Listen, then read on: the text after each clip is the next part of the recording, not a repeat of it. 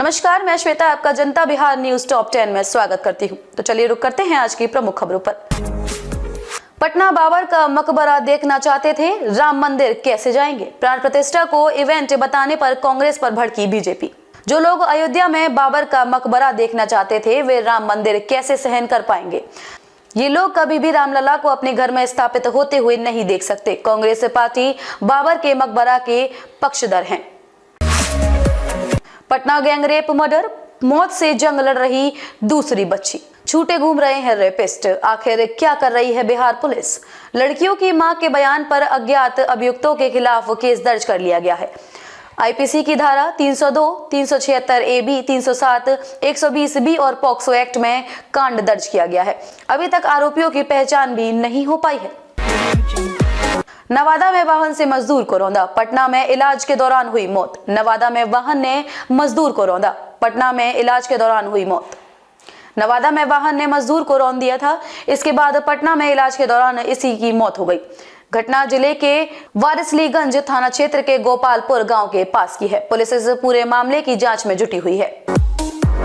बिहार में भी गुजरात भवन बनवाएगी स्मृति ईरानी, पढ़ लीजिए टर्म कंडीशंस।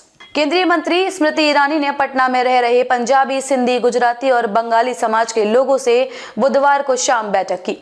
गुजरात भवन बनवाने की मांग पर उन्होंने क्या कुछ कहा, पढ़िए। राम मंदिर उद्घाटन को लेकर लोगों में उत्साह, 44 कुंटल लड्डू का लगेगा भोग। राम मंदिर उद्घाटन के वाले दिन रामलला को 44 कुंटल लड्डुओं का भोग लगाया जाएगा।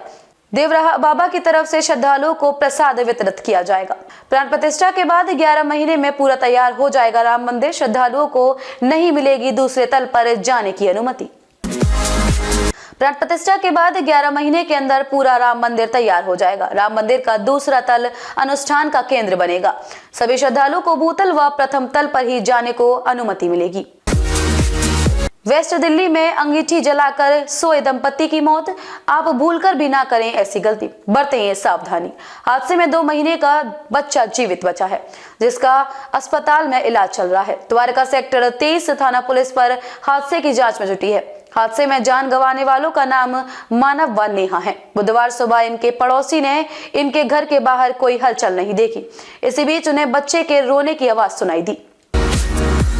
दिल्ली वासियों को जहरीली हवा से राहत, 20 दिन बाद प्रदूषण घटा, AQI आया 300 से नीचे। केंद्रीय प्रदूषण नियंत्रण बोर्ड के मुताबिक बुधवार को दिल्ली का AQI 273 रहा है। इस स्तर की हवा को खराब श्रेणी में रखा जाता है।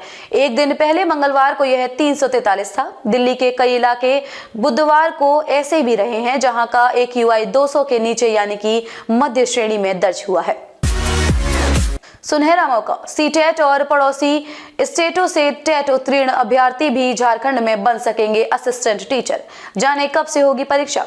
केंद्र सरकार द्वारा राष्ट्रीय स्तर पर आयोजित सीटेट और पड़ोसी राज्यों में टेट उत्तीर्ण अभ्यर्थियों की झारखंड में सहायक आचार्य के पद पर अब नियुक्ति हो सकेगी। इन्हें झारखंड कर्मचारी चयन आयोग द्वारा आयोजित की जाने वाली झारखंड सहायक आचार्य संयुक्त प्रतियोगिता परीक्षा 2023 में शामिल होने के लिए आवेदन का मौका दिया जाएगा। यह परीक्षा 10 फरवरी से संभावित है।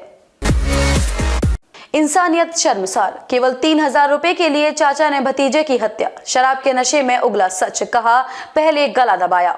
धनबाद के चिरकुंडा के कुमारधुबी कोलियरी क्षेत्र के महज 3000 रुपए के लिए एक शख्स ने अपने ही मासूम भतीजे की हत्या कर दी। पहले पुलिस के सामने उसने अपना गुनाह नहीं कबूला, बाद में रिश्तेदारों ने जमकर शराब पिलाई तो उसने सारा सच उगल दिया।